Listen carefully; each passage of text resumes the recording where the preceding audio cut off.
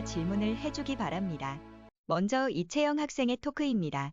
사실 제 꿈은 국제 난민 지구에 종사하는 것인데, 저는 난민에 대해서 원래 관심이 많았고, 난민도 우리 사회의 약자로서 그 난민들을 배려해서 더 나은 세상을 만드는데 조금이라도 기여하고자 해서 그 난민 기구에 종사하는 것이 제 꿈인데요. 여기서 제가 이 꿈을 향해서 미래를 생각을 할 때 가장 중요시 여기는 것 중 하나가 사랑입니다. 왜냐면 제가 어떠한 책을 봐도 사랑의 힘은 엄청나다는 것을 깨달을 수 있었기 때문인데요.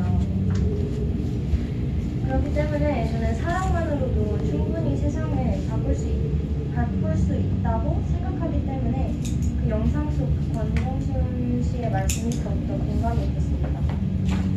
하지만 권정순 씨께서 자신의 자유를 희생하면서까지 사랑하는 상대를 배려한다는 이야기 듣고 정말 대단하다는 생각까지 했어요.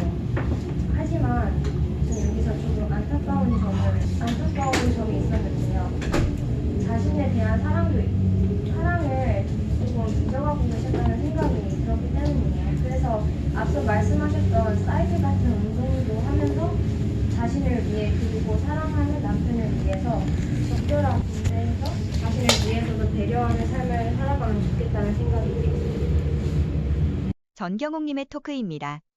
저도 국경 없는 의사에 거기에도 후원을 하고 있어요.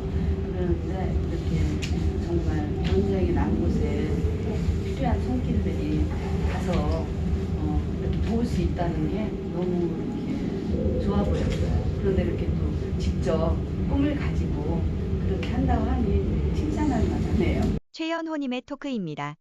우리가 다 행복하기 위해 살잖아요. 사는데 그 행복을 어떻게 하면 할 수 있을까? 그런데 저는 행복이라고 하는 것이 제 삶에서 볼 때 그 나눔이라고 생각했어요. 나눔하면은 구세군 빨간 냄비 이렇게 생각할 수 있잖아요. 그것뿐만이 아니라 저는 이제 어려서 우리 그 혜린이 같은 학생 때 좀 꽉 마른 학생이었어요. 그래가지고 체육 시간에 밖에 나갈 수가 없었어요. 몸이 약해갖고 교실을 지키는 그런 아이였어요. 그래서 그래서 그런지 저는 이렇게 남에 대한 기다림을 잘 했어요. 그랬는데 나눔이라고 하는 것이 꼭 우리가 그 구세군의 빨간 냄비보다 더 소중한 것은 더 많더라는 거죠. 나눔이. 사랑이라고 하는 것이 저도 이제 처음에 못 모르고 결혼했을 때는 내가 하고 싶은 것을 막 해주면 사랑인 줄 알았어요. 그런데 그게 아니라 상대방이 원하는 것을 해주는 게 사랑이더라는 거죠. 그래서 그것을 할 때까지는 좀 기다림이 필요한 거 아닌가, 저는 그렇게 생각해요. 안준현 학생의 토크입니다. 저는 조정욱 선생님의 도전하는 삶에 대한 영상을 보고 왔어요.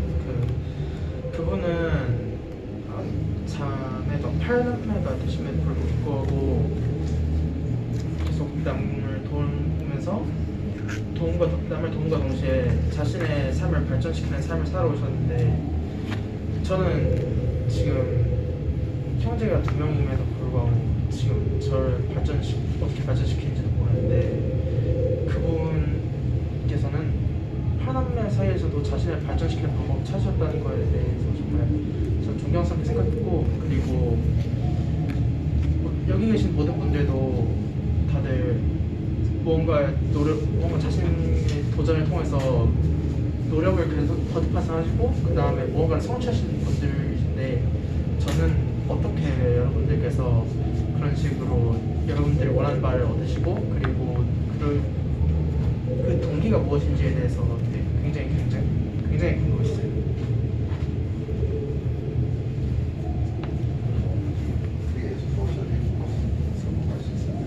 왜냐하면 저도 지금 제가 하는 일에 대해서 굉장히 회의감을 느끼고 동기를 찾지 못할 때가 많아서, 연륜이 있으신 분들의 그 삶의 지혜 속에서 얻으신 그 무언가를 성취하기 위한 동기가 무엇인가. 오우성님의 토크입니다. 도전은 우리가 뭐 사람이니 뭐 동산 이런 거는 하면 되는 건데 도전이라는 거는 어떤 것을 해야 되는데 거기에 방해꾼이 많이 있어요. 그걸 도전하는데 그걸 못하게 방해하는 사람도 있고 그걸 왜 하냐는 않고 있는데 다만 도전이라는 건 함부로 해서는 안 되고 신중하게 생각하고 시작해야 된다. 그리고 신중하게 하면은 내가 결정했으면 그거는 어떤 것이 내한테 와도 그걸 갖다가 이겨내야 된다. 연서희 학생의 토크입니다. 저는 김승년 선생님 편에 반듯하게 열심히 살아야 한다는 영상을 보는데 그 영상 속에서 선생님께서는 어렸을 때부터 그리고 자신의 손주들을 보실 때까지 되게 어려운 형편에서 자란 것을 확인할 수 있었어요. 그렇게 어려운 환경 속에서도 꿋꿋하게 살아가시는 모습이 인상적이었습니다. 특히 동생분들의 대학 진학을 위해서 자신이 스스로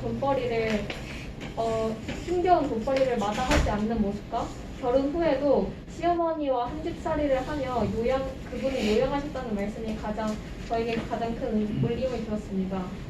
저도 그렇게 남들에게 아량을 넓게 가지고 남을 위해서 희생하며 헌신해야겠다고 생각했는데 혹시 그렇게 하기 위해서는 어떤 비결이 있을지 궁금합니다. 김승자님의 토크입니다. 학교를 갔다 오면 마루에 책가방과 신발 주머니 옷 벗어놓은 게 마루가 하나예요. 그러니까 제가 안 할 수가 없었던 그 시대였을 거예요. 그래서 그 결혼도 또 이렇게 했는데 저희 그때는 20몇 살에 했잖아요. 그런데 또 그렇게 오더라고요. 그래가지고 이제 자녀들을 제가 키웠어요. 낮에는 돈 벌고 저녁에 또 학교 가서 공부하고 저 그렇게 하면서 이제 했어요. 학생들 그 나이에. 그래가지고 그렇게 안 할 수가 없었잖아요. 환경이 그러니까. 그랬는데 그러다 보니까 뭐 경험도 이제 쌓고 먹고 살아야 되는데 이제 어려우니까 어쩔 수가 없이 이렇게 이제 발벗고 뛴 것 같아요. 네. 그 말씀하신 대로 삶을 진심을 다해서 네. 인간관계를 하고 그래서 지금 성공을 하신 거예요. 네네. 결국은. 진심으로 살았어요. 제가 보기에도 지금은 성공적인 삶이라고 얘기를 할 수 있는데 그동안에 너무 힘들게 사신 거 맞아요. 김문자님의 토크입니다. 평생을 공부하며 산다. 그런데 모든 것은 때가 있듯이 나는 이 시기에 내가 이루어야 할 뭐가 있다. 그것들을 열심히 해가면서 하여튼 그 모든 상황 하에서 내가 할 수 있는 최선이 뭔지 그걸 찾아서 하면서 때를 기다려요.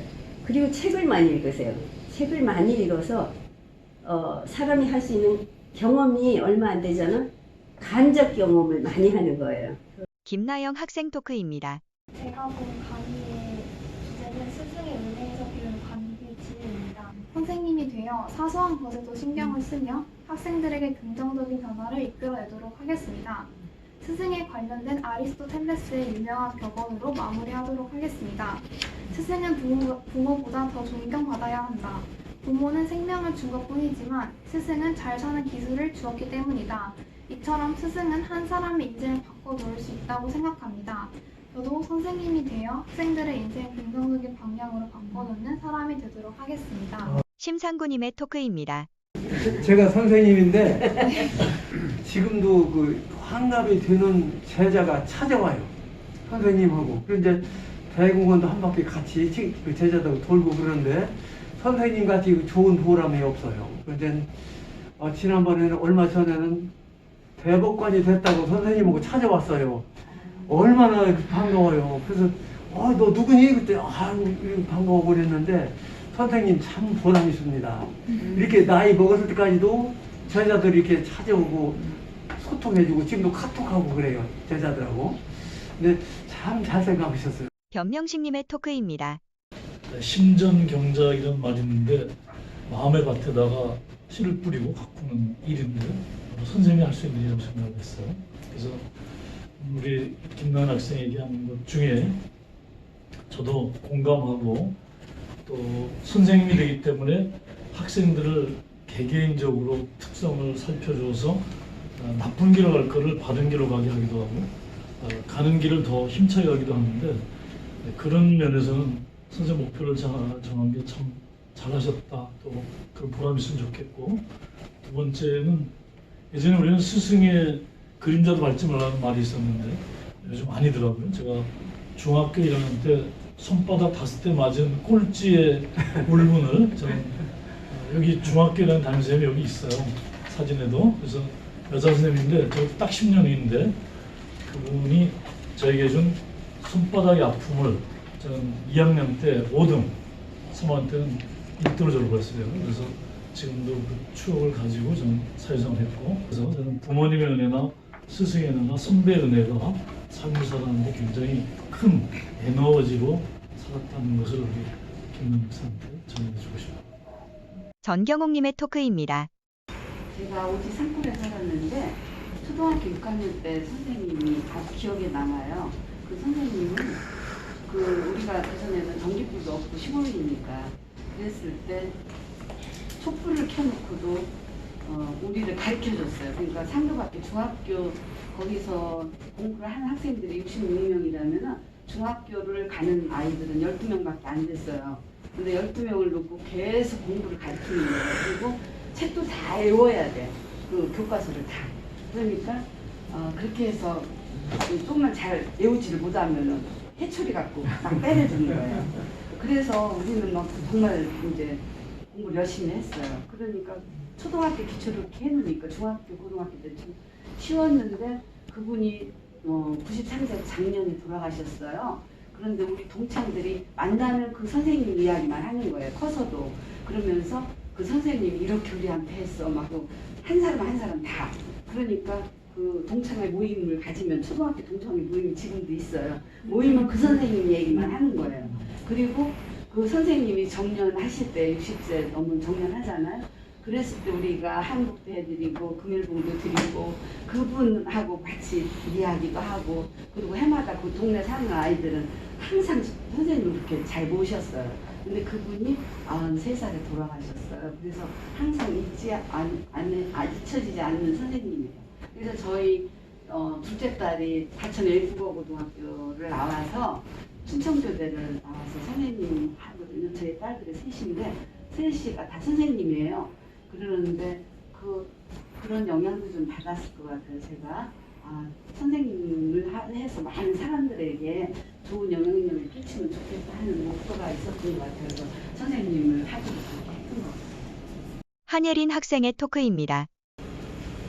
저는 그 안식화 선생님의 웃음은 인간이 가진 최고의 선물이라는 영상을 시청을 했는데 웃음이 사람의 삶에서 정말 중요한 것이라고 저는 평소에도 생각을 하는데 왜냐면 이제 제 옆 사람이나 아니면 상대방이 웃으면은 이게 약간 웃음이 전염이 된다는 것처럼 상대방이 웃으면 저도 웃게 되더라고요. 그래가지고 웃음은 옆에 사람을 편안하게 해주기도 하고 아니면은 즐겁게 해주기도 하고 그래가지고 되게 좋은 거라고 생각을 했어요. 그리고 제가 웃으면은 제가 원래 가지고 있던 근심이나 걱정 같은 웃음을 공유할 수 있는 그런 직업을 갖게 된다는 것이 되게 존경스러웠고 저도 사람들에게 많이 웃음을 나눌 수 있는 그런 사람이 되고 싶어요. 박수자님의 토크입니다. 웃음은 간단해요. 내가 일단 웃을 줄 알아야지 남을 웃길 수가 있어요.